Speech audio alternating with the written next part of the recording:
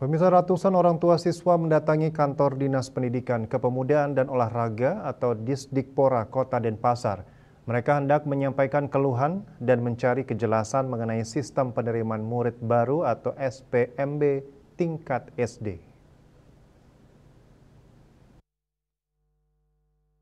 Orang tua murid mendatangi kantor Disdikpora Denpasar usai pengumuman hasil seleksi penerimaan siswa baru untuk tahun ajaran 2025-2026.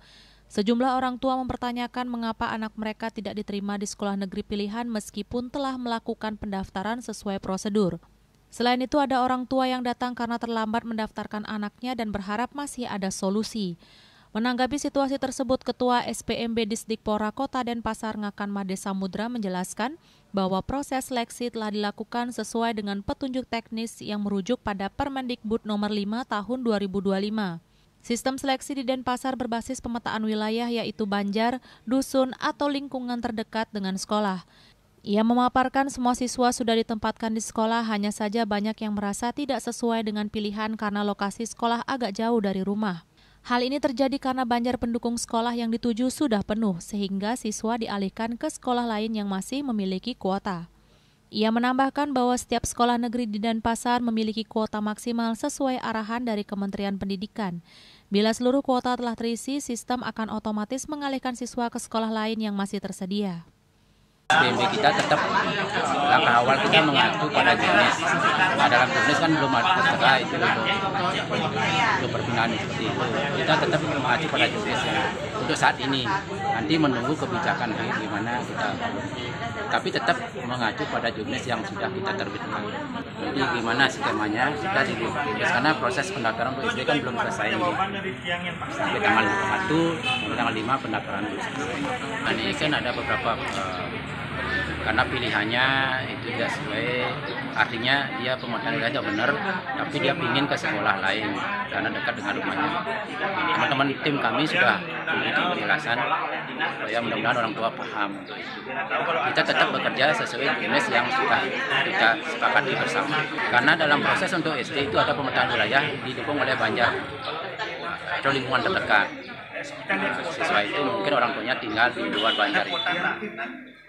Kita tetap mengacu ke pemetaan wilayahnya berdasarkan umur juga. Tidak tertampung misalnya, kita tetap memilih 3 sekolah, Bu. Dalam 3 sekolah mungkin dia tidak tercover di situ, akhirnya pindah ke tempat lain, tidak sesuai dengan keinginan orang tua. Terkait kemungkinan pindah sekolah, Disdikpora Denpasar akan melakukan evaluasi setelah semua proses pendaftaran selesai. Jika masih terdapat kursi kosong, kemungkinan penyesuaian tempat belajar tetap terbuka. Pihak Disdikpora juga sedang mengkaji kemungkinan skema barter sekolah antar orang tua, namun tentu harus sesuai dengan kuota.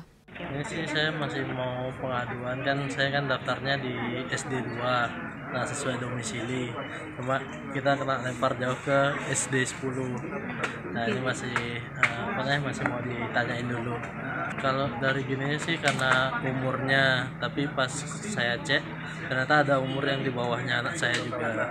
Yang dapat sekolah. Yang masuk di SD 2, makanya mau ditanyain dulu kalau mungkin juga kelempar kan nggak terlalu jauh banget di Sanur. Ngakan juga menegaskan bahwa siswa dengan KK Denpasar tetap menjadi prioritas utama dalam penerimaan.